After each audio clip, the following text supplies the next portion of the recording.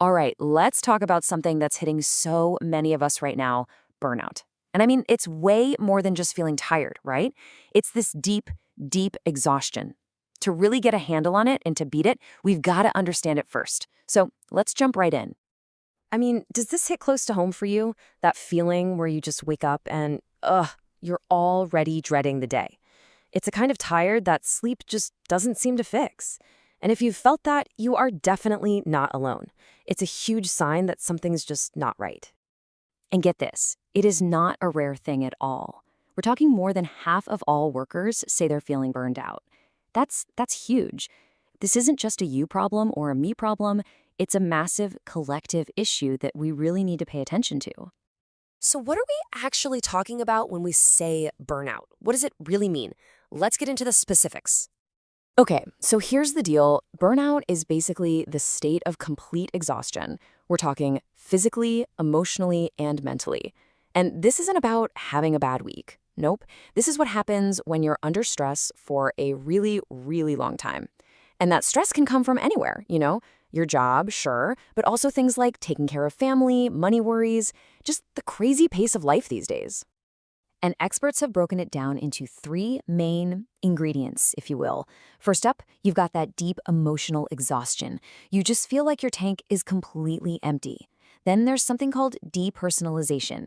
It's a fancy word for feeling cynical or just detached from everything, like you're just going through the motions. And finally, there's this feeling of reduced accomplishment, where you start to feel like, man, I'm just not good at this anymore. Nothing I do seems to matter. All right, so that's the what, but to actually fix this, we need to get to the why. Why does this happen to us? And the answer, believe it or not, goes right down to our biology. And this is so, so important to hear. Burnout is not a personal failure. It is not a sign that you're weak. It is a very real physical state. What's happening is that your body's built-in stress alarm system, the one that's supposed to keep you safe, has been stuck in the on position for way too long, and it's just completely out of whack. Think about how this system is supposed to work. Your brain spots a danger, right? Boom, it shoots out adrenaline. That's your classic fight or flight response. Then cortisol comes in to keep you sharp and on high alert. It's an amazing system for survival. But here's the catch. It was never meant to be running 24/7. When the stress just doesn't stop, that system never gets a chance to power down. And that constant on switch is exactly what drains your battery to zero. But it's not just biology, right? There's a huge psychological piece to this puzzle. Burnout really takes hold when you feel powerless. It's that awful feeling that you just don't have what it takes, the energy, the support, or the control to handle everything that's being thrown at you. Okay, so we've laid out the problem, and it's a big one. But now let's get to the good part. What do we do about it? The very first place to start is with your body. We have to find ways to calm down that over-the-top stress response. Now, these might seem like simple things, but don't underestimate them. They're actually powerful tools to reset your biology.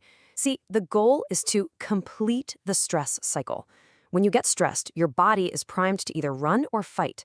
If you just sit at your desk stewing in it, all those stress hormones have nowhere to go. But moving your body, getting outside, or even just coloring, these things tell your body, hey, the danger has passed, you're safe now. It's like flipping the off switch that your nervous system has been begging for. So calming your body is step one. Absolutely crucial. Step two is all about your mind. It's about shifting your thinking, which can literally change how your body handles stress. This is seriously fascinating stuff. How you think about stress actually changes your physical reaction to it. If your mindset is stress is awful and debilitating, your body kind of responds that way. But if you can shift to a stress is enhancing mindset, seeing it as a challenge, something that can help you grow, you can actually use that energy to your advantage and build resilience. And this leads right into something called self-efficacy. It's basically your belief in your own ability to handle tough situations. It's that inner confidence that says, you know what, I've got this. And when you have that, you feel more in control, which is the perfect antidote to that feeling of powerlessness that burnout loves so much. Okay, so we've talked body and mind. The last critical piece of this puzzle is other people. You absolutely do not have to go through this alone.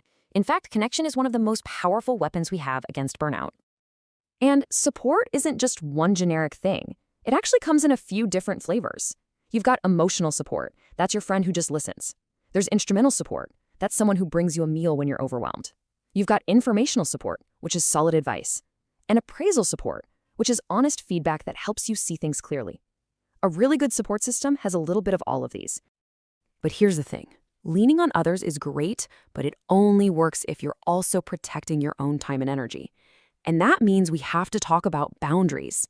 I know. For a lot of us, this is the hardest part, but it is absolutely essential for recovery. So how do you say no without feeling like a jerk or wrecking a relationship? Let me introduce you to the positive no. It's a game changer. It's a three-step sandwich. First, a yes to your own value. Something like, I really value protecting my family time. Then comes the clear, simple no. So I won't be able to help with that project this weekend. And you end with another yes, an alternative. But I'd be happy to brainstorm with you first thing Monday morning. See, it's foam, but it's also respectful. All right, as we start to pull this all together, I want to leave you with a different way of thinking about this.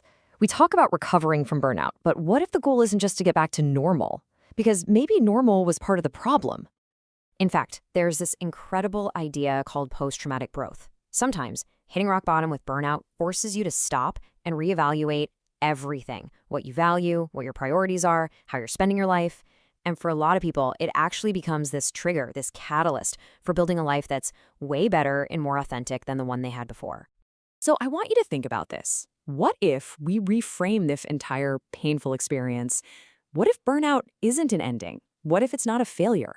What if it's actually a really powerful signal from your body and your mind screaming that something has to change? And maybe, just maybe, it's the perfect opportunity to rebuild your life into something even more meaningful.